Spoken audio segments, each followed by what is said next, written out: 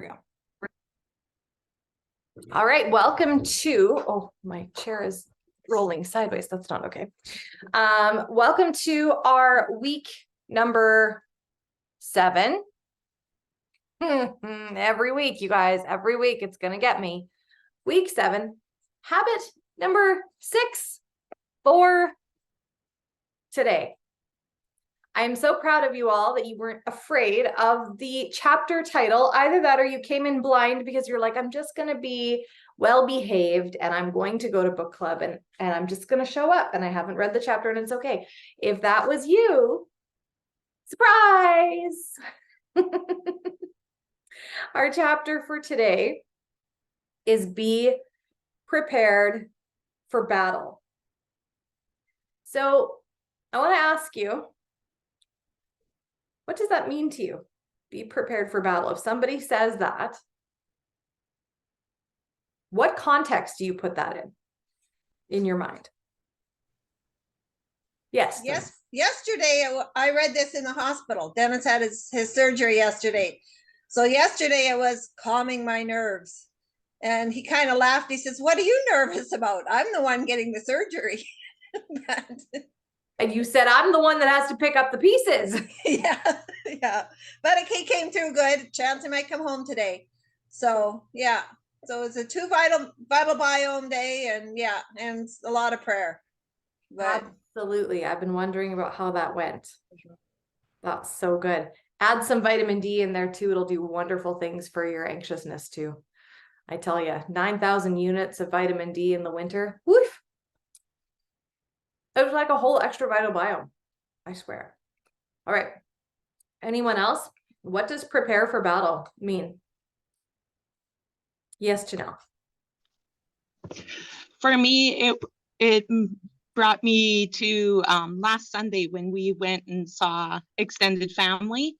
We saw some of Kelly's family, and relationships are not the greatest. So it was praying a lot in the car on the way there that cooler heads, calmer heads would prevail. Yeah, that's brilliant. So I was kind of reflecting on this and thinking about what this has meant at different stages of life. What would prepare for battle have looked like when you were first married?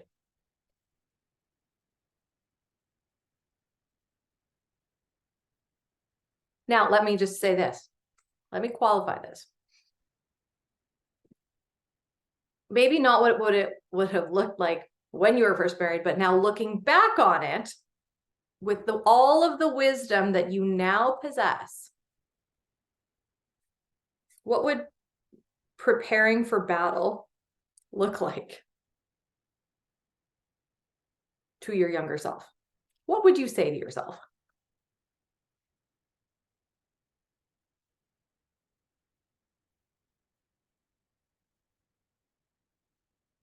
Amy, I know you have something to say. She's like, I just probably shouldn't say it. Well, okay, so part of this goes to preparing for battle. Well, who's my enemy? And that was also a Bible verse this morning, was like, love your enemy, pray for your enemy. And I'm like, but I think I don't want enemies, so I don't have enemies, so I don't have to pray for them. I don't do battle. I don't want to do battle, so I don't have to prepare for it because it won't exist. I'll just go around it. Says the conflict lover in you. Yeah, like that is definitely a personality piece on it. And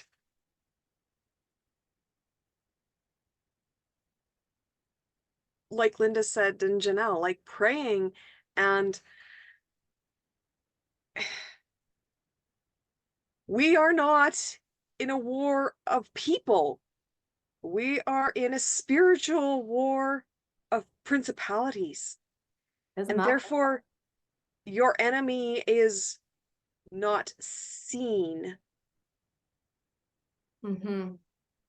So maybe, Amy, it's easier to say, pray for those who are being affected by the enemies of their soul. Because that's truly where discord comes from. When you have clashes in your marriage, when you have clashes with your children, when you have clashes with friends or community members or whatever. Again, I'll reference the book by John Bevere, Bait of Satan. Offense is the bait of Satan, right? So, I just, go ahead, sorry. Jim. Yeah, no. I'm sorry. I'm just slowly, yeah. If you guys saw my post yesterday, I've brought something home extra from Punta Cana. So, Extra souvenir. Sorry? An extra souvenir, if you will. Yeah, yeah. So, I was going to say that that's a good book, and I need to get it. The ladies at our church are doing that Bible study right now, but I had an experience, Janelle knows this, but I had an experience this last little bit where I was confronted, and praise the Lord. It's like God prepared me for it. I had just an inkling, and he prepared me for it. And I went in, and I think I actually really surprised.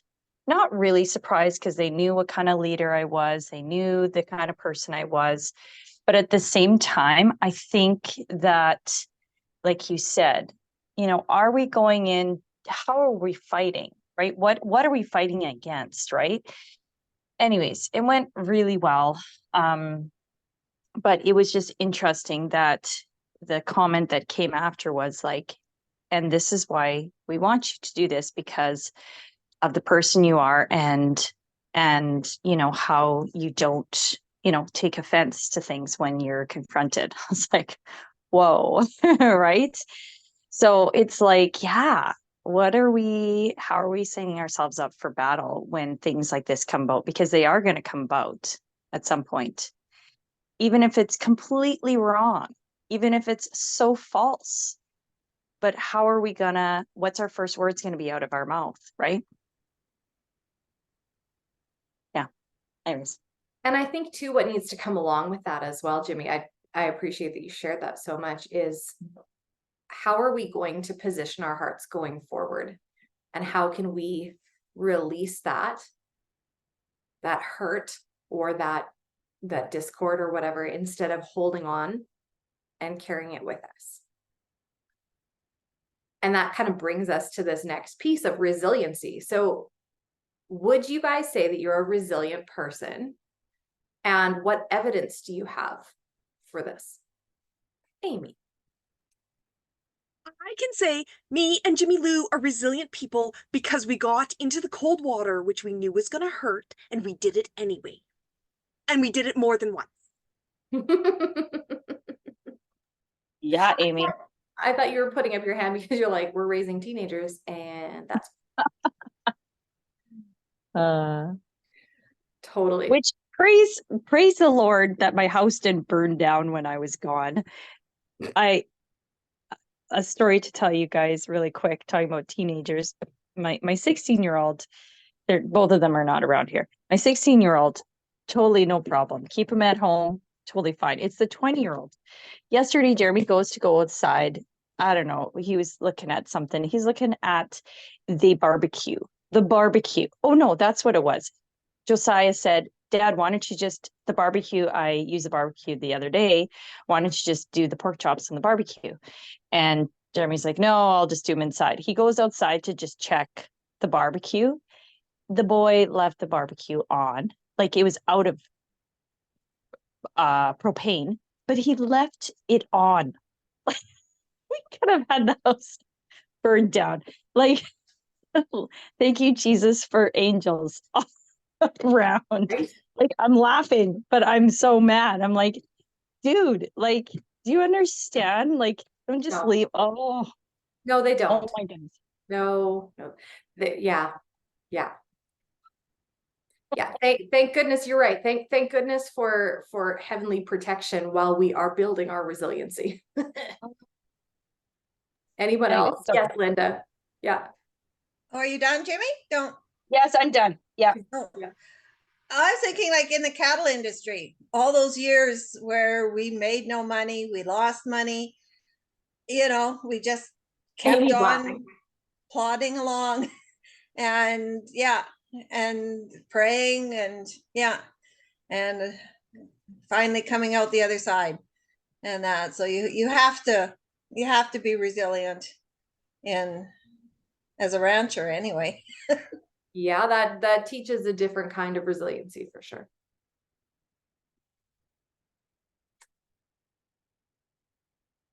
Anyone else have a, yep. Just realized that I really wanted to appreciate this question because it's a question that I need to ask my teens.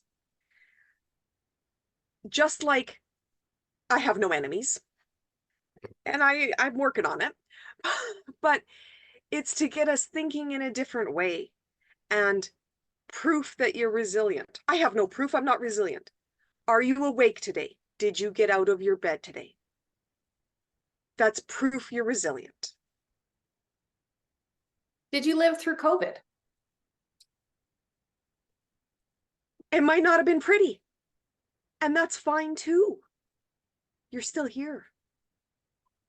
Oh, nobody said that building resiliency was going to be glamorous. You don't come out with dirt under your fingernails and some bruising and some streaks on your face. You probably didn't do it well enough. Or you're seeing someone else's proof after they've been able to deal with it.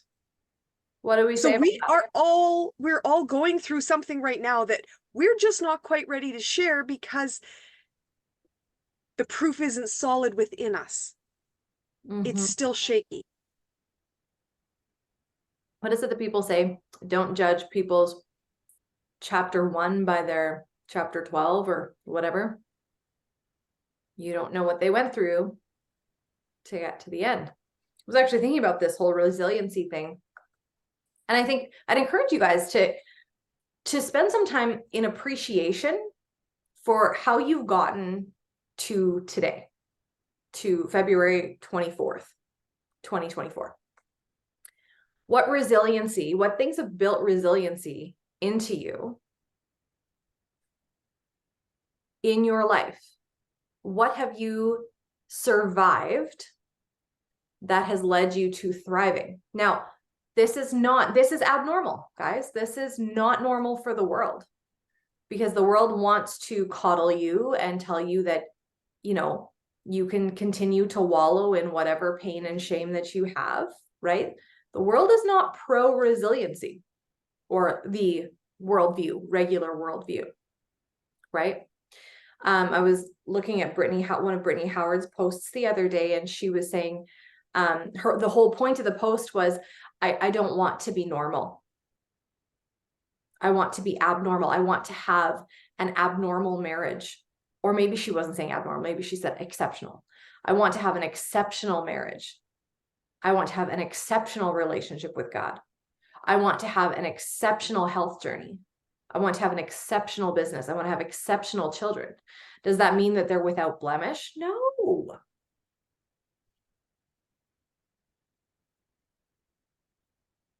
So like for me, I think, well, I had twins, so there's that. And then, I'm an RCMP wife, so there's that.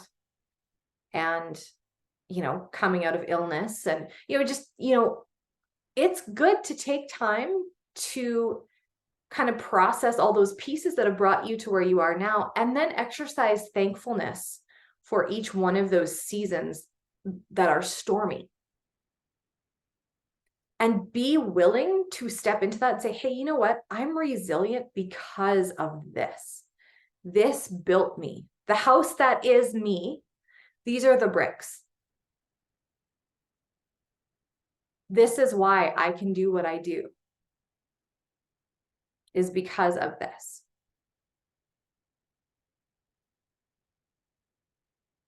The other day, my pastor sent me something similar to that. He sent me this email. I said, just so you know, you're not normal, and that's a good thing. It's very encouraging. And then it was 24 things that a not normal, abnormal person does in a good way, right? And so, yeah, it was really good. And I said, oh, thank you. I said, there's a few of those I'm still very much working on, but like the get up at 5 o'clock in the morning to work out. I'm like, yeah, not there yet. All you need, Um, all Jeremy needs is an on-call job that Yes. makes the phone ring at 5:15, like Oh, this yeah. my house. And then Yeah. it was way easier to be awake for my 6 a.m. alarm. Yeah. Yeah. I was so thankful for that piece of resiliency this morning. I was like, didn't want to go back to sleep. It's good. So would you say that I really appreciated how he talked about positivity, or how she talked about positivity, and how, and one of the key lessons at the front is an optimist is constantly seeking feedback and looking for ways to improve. But also it talked about how people that are optimistic live longer, right? And we were looking at gratitude from the last chapter, the story of the nuns, and how many of them live longer. So I'm just going to ask, how many of you guys participated in our gratitude challenge this week? Linda's ungrateful. No, she's not ungrateful. She just forgot to do the thing. Amy, are you typing, or is your hand up? She's typing.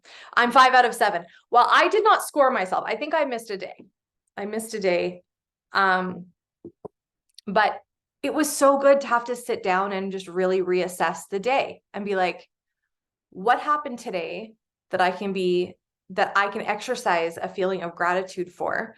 And what little things are they? Like, one of mine was there was a TV show on one of the streaming channels that I had totally forgotten about that I really need to subject my children to, and I'm very excited about showing them Home Improvement.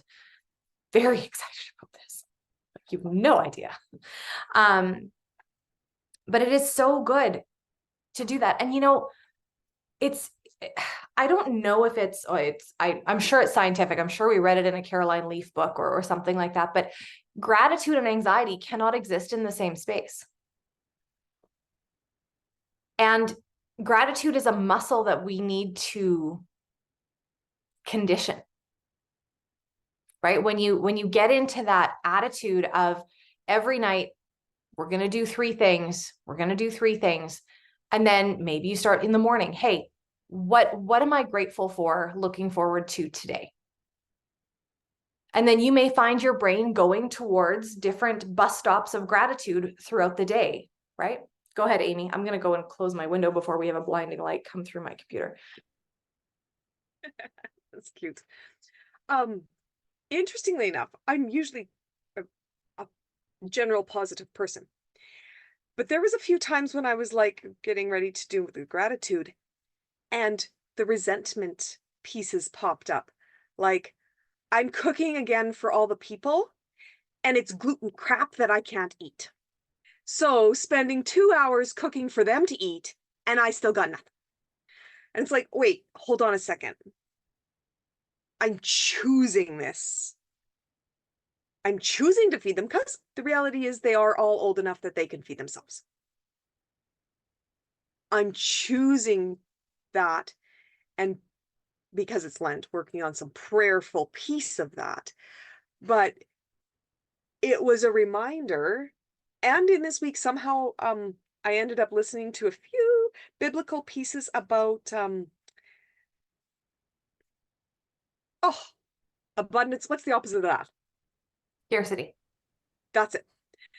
And like, oh, we've got some roots we need to pull out and examine.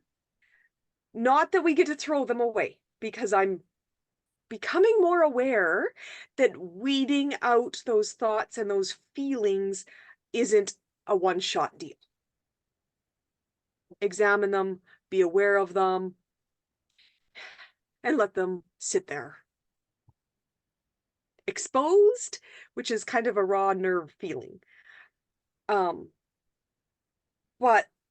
I really appreciated that in working on that gratitude, it was actually building some resilience on the awareness of some of those other thoughts and feelings that are now exposed and can now take the next step in a soft manner. Because we've all had something ripped up, tossed up, visualized really abruptly, and it feels traumatic versus, oh, ouch. I think this needs a little review. And as much as I would like to like review it, thrown out in the garbage where I never have to review it again.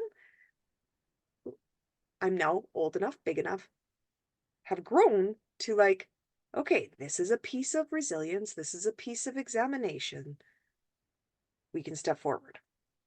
Absolutely. Amy just walked us brilliantly through the bottom of page 135, where it talks about the trigger, right? Yeah. And it says, as you build your level of resilience by becoming more aware of your thoughts and intentionally thinking in a way that leads to productive, effective results in your life, remember the simple flow: trigger, thoughts, reaction. I had a really interesting example of this as well last night, where all of a sudden I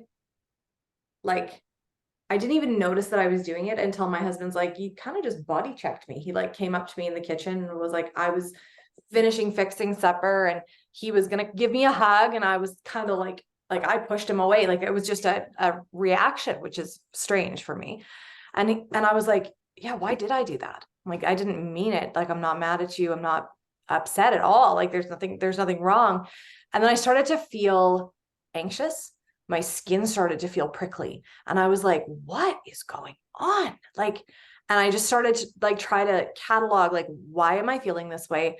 What is going on? Like, what was it that caused this? Right. And I started thinking, what could I do to make myself feel better? And so I thought, you know what? I really feel like if I went to the gym right now and I walked on the treadmill for a bit, maybe this would help, move everything out. And then I could do a red light thing and I could do a hydro massage, and that would probably make everything feel better. And then I'm like, no, I don't want to go be around all those people. And I'm like, oh, people, noises. I am super like overstimulated. Why am I overstimulated? I just spent 2.5 hours at the arcade with my kids today with a whole bunch of children that were screaming. Of course I'm overstimulated. No kidding. And so I was like, okay, now we know what happened. We know what the trigger was. Now I'm going to go put on some soft, comfy clothes. I'm going to go get a soft, heavy blanket. I'm going to sit down on the couch. And then we ordered ice cream because I was like, that would be a really great, like balance, right? Something cold, a little sweet, like just a little treat and whatever. And then in doing that and being able to take deep breaths and all of those things, I didn't rip anybody's head off. I didn't, whatever. And I realized that if I'm feeling this way, my daughter is feeling this way too. She's upstairs with her headphones in, trying to do some homework, sitting on top of her weighted blanket. And I said to her, I said, are you doing okay? I went upstairs once I realized this. I was like, are you doing okay? And she's like, yeah, I said, are you really tired? She goes, yeah, I'm just really tired. I'm spaced out. I'm not here. I said, okay. I said, I want you to stand up. I took her weighted blanket. I put it on her lap and she's like, oh, I said, yeah. I said, you and I are way overstimulated from the arcade today. We just need to like seek some like rest space and calm. And it's okay that you're feeling this way. This is why this was our trigger. Here's how we're feeling. Here's how we're going to deal with it. And we're going to move through it. I was like, oh, and then there's the gratitude piece. I am so thankful for extra awareness that I have built in that I wouldn't have had before. And I would have just been a grouch and a disaster to be around, and just super, super thankful. Right. Like, and then was able to give tools to my daughter as well. Yeah. Amy just said, in the tools to take the next step of recovery. Yeah. And then I thanked my husband for giving me space and not like, doing the husband fixie thing.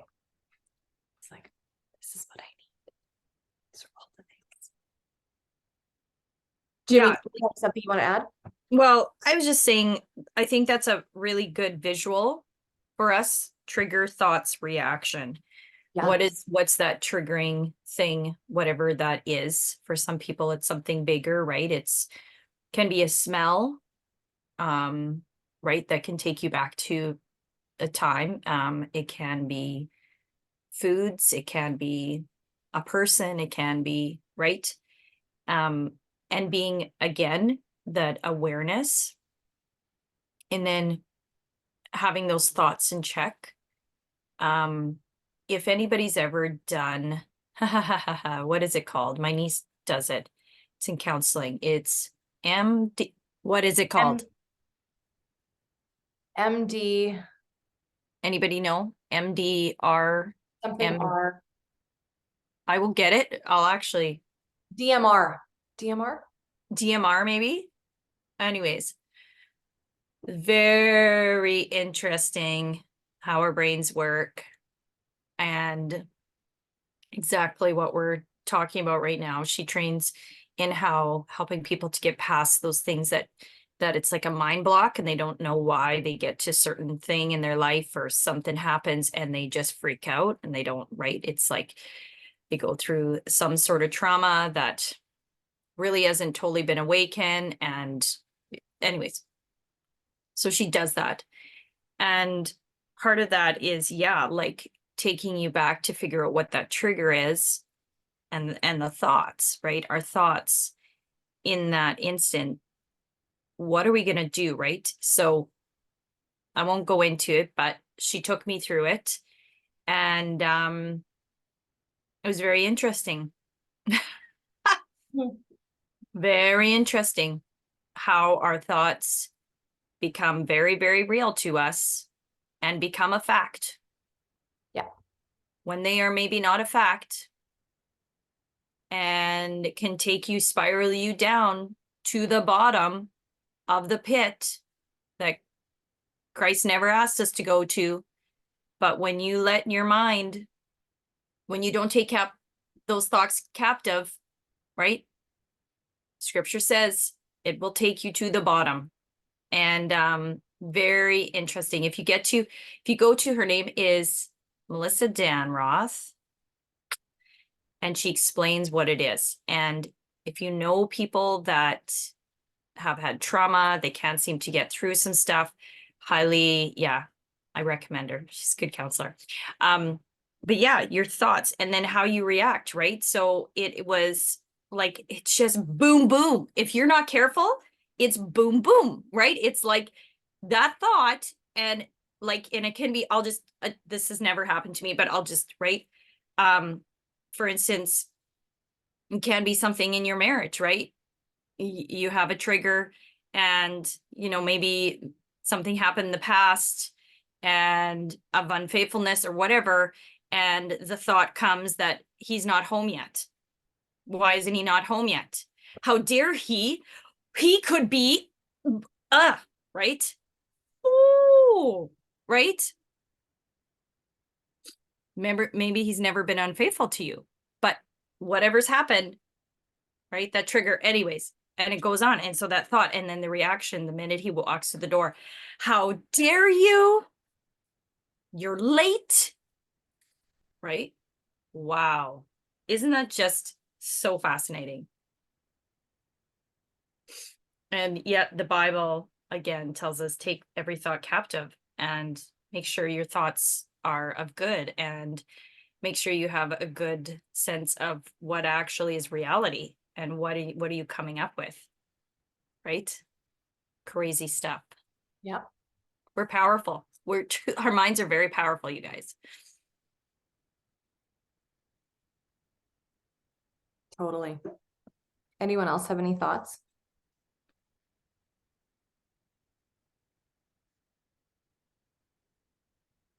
I think too, it's if we've never stretched the muscles in our brain, if we've never gone somewhere in our brain for reaction, right? and we won't always be able to meet everything from a healthy place, right? You're going to deal with a teenager or a child melting down, or your husband coming home after having a bad day in a completely different way. If you have had a completely stressless day, very relaxing, you're in a good mindset, you've done your gratitude, you've spent time in the word, you've got like, you feel your cup feels full, you're going to deal with that completely differently than if you are running on empty, you feel taken for granted, you haven't had a chance to fill your cup, and somebody comes and says something, you're going to react to that same situation in a completely different way. However, when we exercise these pathways in our brains, right? Like Amy was saying, you know, the whole being able to capture that trigger. What are my thoughts about this? Right? Slipping into curiosity, going, huh, that's really interesting that I'm feeling like this right now. Can I do one for us that I think we would all, this is an important one. Yep. Trigger. Somebody's not having a good experience with their Plexus products. Mm-hmm. Thought. They're going to quit. Reaction. Two ways. I'm going to ignore that message. I'm not going to open it up because that's too scary. Or Conflict. Yeah. Or the other way. Yeah, I know you probably want to quit or whatever. Like you, right? You can go two ways, right? You guys, I've been doing this for 7 years. I've had to call that. Call, is that the right? Cool. I'm not saying, like when you call something in, I've had to harness that. Rein because- yourself in. Yes, because we can do that every single month with every single person. I have a team of, I don't know. I don't even know how many people I have. Let's say I have over 300 people ordering. Do you understand how quickly that could unravel? That everybody quits in 1 month? Do you understand that I could take that and be like afraid of every month that you know, people are going to quit on me? Do you remember like how much stress I could be under? Like that's huge, you guys. Like we either decide today that trigger of, I think these people are just going to quit on me, and that we're going to take that thought captive and do what we need to do to support people. And then, like Janelle says, bless and release. If they decide to go, they go. If you've done everything you can, in a obviously, right? Like everything that you we can't be everything to everybody, you guys. Geesh, we just can't. But, you know, if you feel like, you know what, I've tried. I've really worked with that person, and you know what? They just want to turn off their subscription. Bless and release. Stay in contact. But it's a huge one. I think it's a very huge one in our industry. We sign up and the next thought is they're going to quit on me next month. It can become a very toxic thought, and it can ruin your business on the spot, because then you're always thinking about the worst thing that can happen in the next breath. So what are some resilient thought patterns that we can replace that with instead?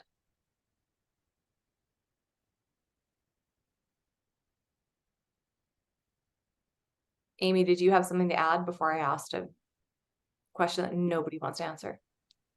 Yeah, I was actually gonna like go along with Jimmy Lou's and say how on page 138 and 139, I appreciated her discussion about plan B. So part of my thought pattern and resilience is, okay, yes, everyone could shut off and be done all in one. Then what? Oh, part one. Then I would wake up the next morning. I would get up out of bed, maybe. I am not taking that. I might take a few of them pretty personally. I have brains. I can still move my body. I can still find a way to help people. I can still find a way to earn income. I can still find a way to feed my family. Okay. And then some days we're in a drought, so we talk about this a lot in my house because my husband is not naturally optimistic. So like, okay, then what? Okay, so if that's gonna happen, okay, well, you know what? I have teenagers. They can all get a job, and that can help pay for the food. Yeah, I know that sounds like child labor, but okay.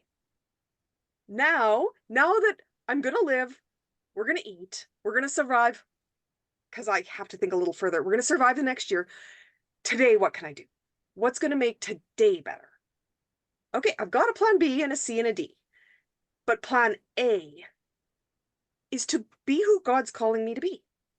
And yeah, that meant sending the message that I've been thinking about all week. That because I was getting on this call, I'm like, and I better send this now before somebody calls me out on what I haven't done. Which would also be a resilience thought and some accountability to be here in those pieces of, did I do everything? Did I just ignore the text, or did I actually message back? And as much as I've had a lady who I can message 5 times, nice and slow, before she replies back and says, oh yeah, I haven't taken anything yet. I'm gonna do it next week. Okay, I'll check back in with you. She's an adult. I can't shove it down her throat. I have teenagers and I can't shove it down their throats. Okay, who's next? Who else do I need to message? Where is somebody else at? And maybe that means talking to my kids. Maybe that means asking myself that question.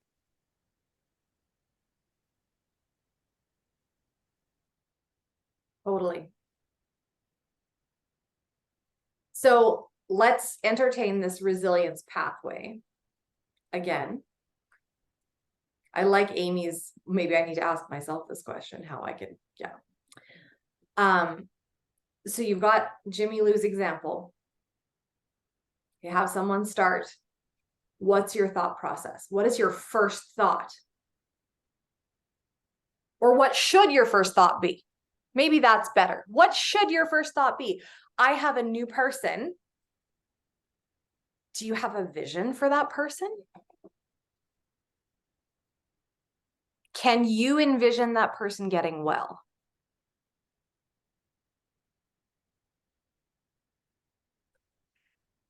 Can you envision you being the support person for that person getting the results that they never knew possible?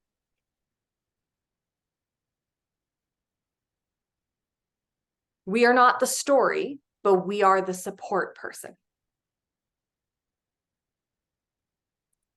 And she talks about this in here. There are things you can control and things you can't control. Like Amy said, you can't control if they never open the bottle, but you can control your follow-up. You can control your dedication to that person. If that person decides that it doesn't work on month 2 because they've only ever taken 2 weeks of the product and they're canceling and they want to like void their membership and all the things, you have nothing to answer for.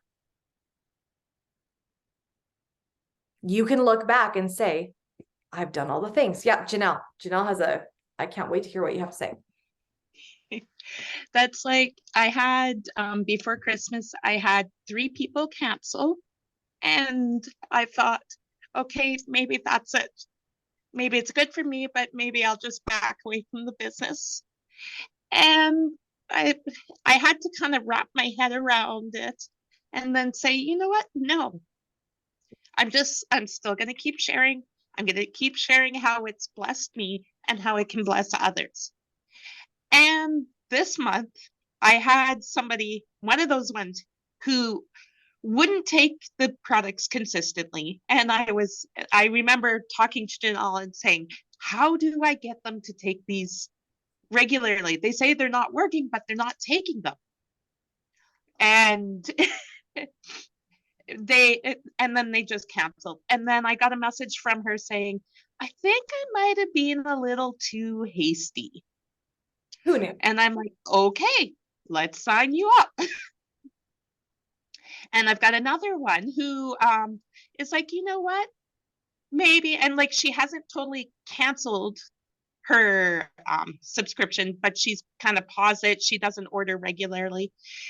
I'm working with her now on how to share with her friends because she's like, oh, maybe. And then she's telling me about how she's talking to this friend and this friend, but they're not sure yet. I said, oh, it's going to take, sometimes it takes a month, 2 months, 3 months.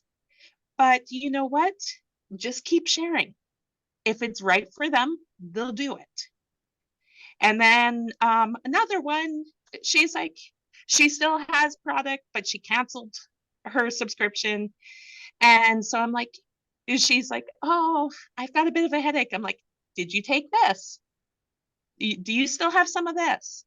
Are And she's like, you drinking your water? oh, yeah. Right? So I'm hoping that she's going to kind of come back on. But otherwise, I'm just sharing. I'm just loving on them. And it's like, okay, I'm like on page 139 where she goes, how is someone's life better because they crossed your path? Yes. Mhm. Yep. Absolutely. Janelle said this a million times. We're not selling candles, you guys. We're not selling candles. And so when we say to somebody, take these supplements, there's deeper things that get uncovered, and then people have to decide if they want those things uncovered. Yeah. Because supplements are just the beginning of what is gonna transpire in their life if they decide to dig, right? And Janelle, I felt your heart completely. I've been there like a zillion times. And the resilience piece is that, you know, I just tell people now, people who, Sydney, who's on the call, I told her, hey, just up front, people are going to leave. Just so you know, because, you know, just like at a gym, you know, people sign up in January. And I bet you if you walked into a gym this Saturday morning, maybe Saturday is not the best day, but, you know, Monday morning, nobody's there, but they signed up and they said they were going to commit. People just don't commit. And so that's just a reality. And we try our best, and but you know what? Like, that's where things are at. And again, I have return customers all the time. Like at least once a month, I have somebody who says, hey, you know what? I think I'm ready to try this again. You're like, great. You guys, that just tells you that these products work. Just tells you that there's something about it that they want, and they just weren't ready for it the first time. Yeah. Totally. And you're not responsible for someone else's personal commitment. The other thing that came to mind when Jimmy was adding to, like, expounding on what Janelle shared is, you know, we can get people who start the product and they are exposed to the community and they see what it's done for you, and they see the heart changes in you, and they start to feel better, and they start to all of a sudden have to come to terms with the fact that it actually is what you said it was and more. And then they look at the business and they go, well, if this is what she said it was, then this might be too. And it starts to rock their belief in a good way. They start to realize that this actually could be lucrative and whatever. But then, like Jimmy said, then they have to face things. I feel like I really want to do this as a business, or I could do this as a business, but maybe I can't. And then all of the things come forward, right? So I actually had someone, I'm hoping that she joins us on one of these book club mornings, one of these days. But we were talking before Christmas. She's again a return customer. And now she's starting to share, starting to do the business. And we talked about how she's done these types of things before. And I said, so what was it that you found to be the hardest thing when you did it before? And so she said, like, I didn't know what to post. I didn't know how to talk to people. I didn't know, like, all of these things. So, okay, so then what you're saying to me is that if you had a community that came around you and you saw other people doing things similar to what you wanted to do, and if you had like a posting calendar or ideas to help you post, that it would be easier. She's like, yeah, absolutely. I said, so we can do all those things. And she was like, really? And so it's asking those questions to sort of elicit somebody's like process, right? Instead of like kind of interrupting that process that we talked about, the trigger, thoughts, and reaction, right? We don't want their idea that they should do the business to trigger the thought, oh my gosh, I can't. And the reaction is paralyzation. Right? Like the paralysis, we want to stop, right? We want to change the reaction so that the end result is better. Because anything would be better than that, right?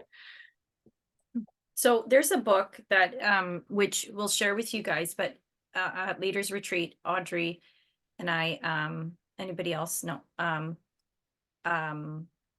It was all about objections and about meeting those objections before they come up. And what is his name? I just forgot his name. And oh, he's the guy that Plexus always has. He did his book study. Exactly what to say, guy? No. The one that does all the Plexus stuff. Like he's Victor. Victor has a book, and we all got to get a free copy of it. Anyways, Oh, fun. online. But it's all about meeting those objections head on, right? About seeking them out before they actually, right? It's like getting ahead of which I think is in here. I think she talks about getting ahead before you, maybe it's somewhere in here. Anyways, but it was really good, right? It was really good because it was, which we can maybe share Tuesday night a little bit more, so I won't share anymore, but just how to deal with those objections before they actually come up, almost having that sixth sense that maybe it's going to come up, and then you can be like, hey, I know you think that you don't have time, but I got mamas who got newborns that just went on this trip and they're blowing this business out of the water. So whatever that is, right? Totally. So I want to pose this question to you guys. I want to kind of move towards that personal coaching toolkit. And the first question there, I think, is so valuable. And we come at it from a lot of different directions. We ask it over and over and over again, and it's probably exhausting, but I don't know, it's probably one of the biggest questions that you can ask yourself in general. It's about your why, but it's deeper than that. It's a purpose question. She says, the perfect dream for you is the one God uniquely equipped for you. Paint a picture of what the next level of success looks like for you. What is your real dream, and not the downsized one? So I don't want to ask you guys to share it out loud, but just think about it, write it down if you've got something beside you, even like jot note form. You're not allowed to downsize it. You're not allowed to order a size small. You're supposed to order the extra large size, the super size, if you will. What would the next level look like for you? If you were to assess where you're at today in your life and you go, what is that next thing? What does that look like for me? What does it include?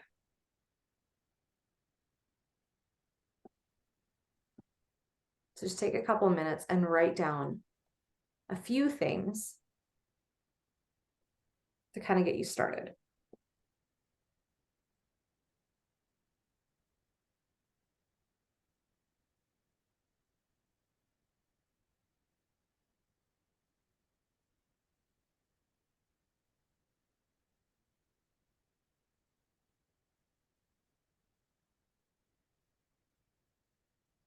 now I want you to move into the second question. What would it mean to you to be able to accomplish that dream? Emotionally, financially, relationally, what would that mean to you?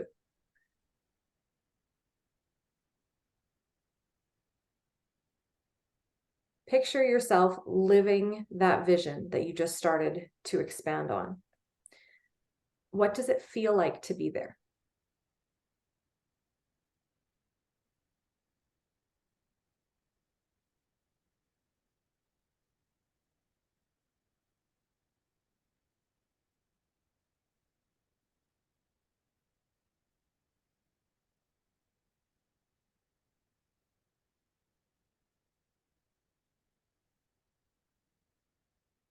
And then I want you to list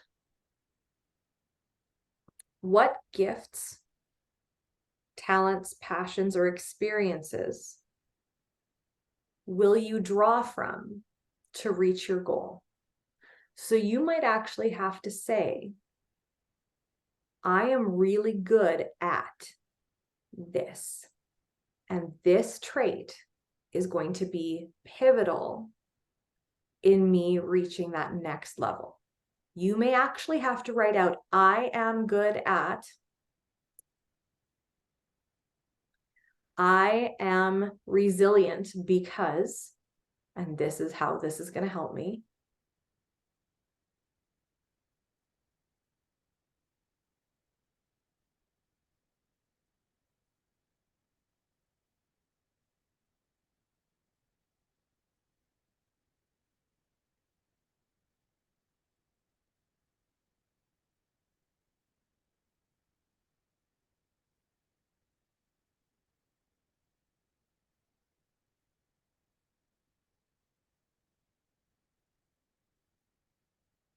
I want you to think, we're just marching through a few of these questions here together because sometimes we won't take the time to actually think about them. We'll just look at the words and then we won't allow them to permeate. Think back to a time when you were at your best and reached a particularly meaningful goal. You are not allowed to diminish the size of the goal that you achieved now, looking back. You're going to think about a time that you were very proud of what you had accomplished. How did you do it?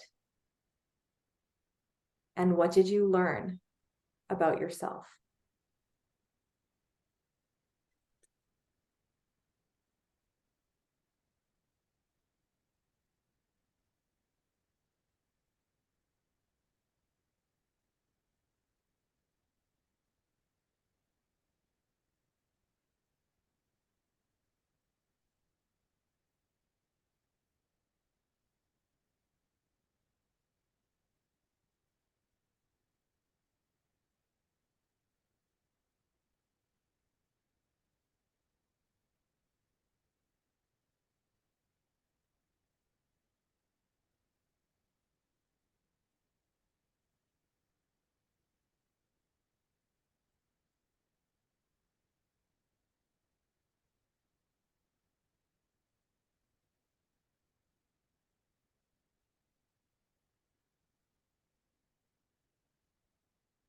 So I'm going to pop down to number 8. Realistically, when you look at the picture you painted in the first question, what are the most significant obstacles you might face?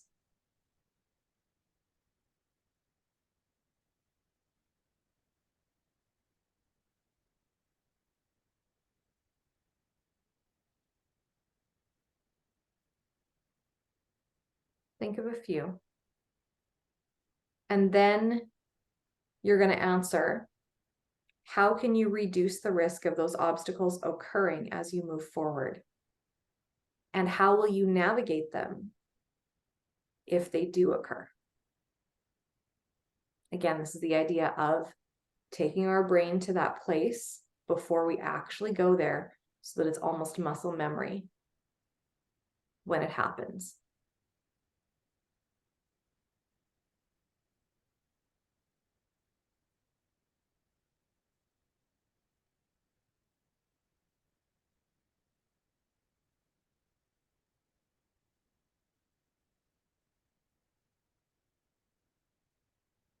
Before I ask the last question, I'm going to read her think differently point.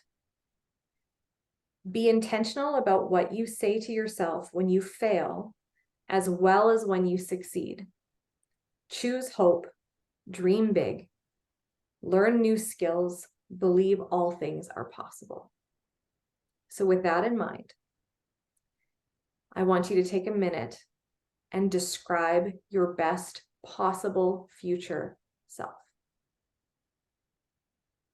Who is she? How does she approach life? What does her day look like? What has she had to go through? Where is her resiliency at? What has she accomplished?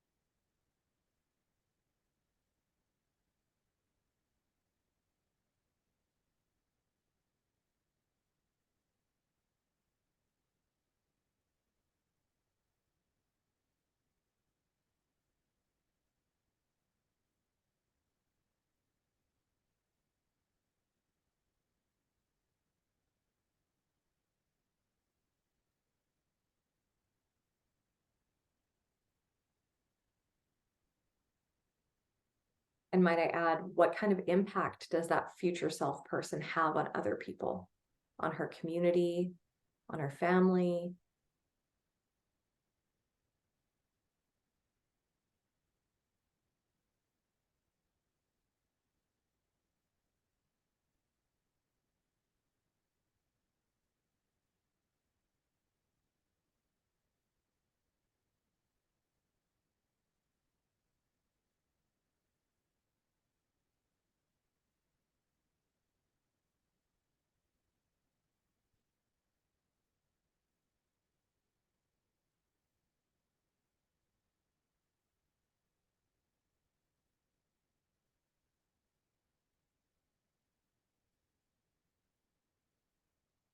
I want you to encourage you guys to spend more time on these questions that we've gone through very quickly. And there's a few more in here. But as you've answered that last question of who that future self person is and what the impact is and thought process and what they are, challenge yourself as you go about your day today and see if you can come up with small steps that you could take today that would move you closer to that best possible future self. Is that dedicating to gratitude? Is that journaling? Is that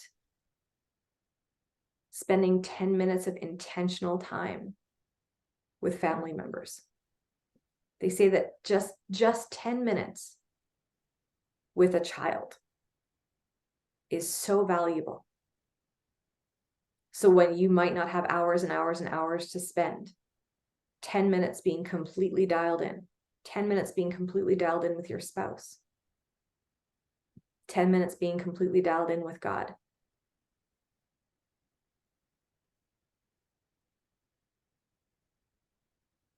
All right.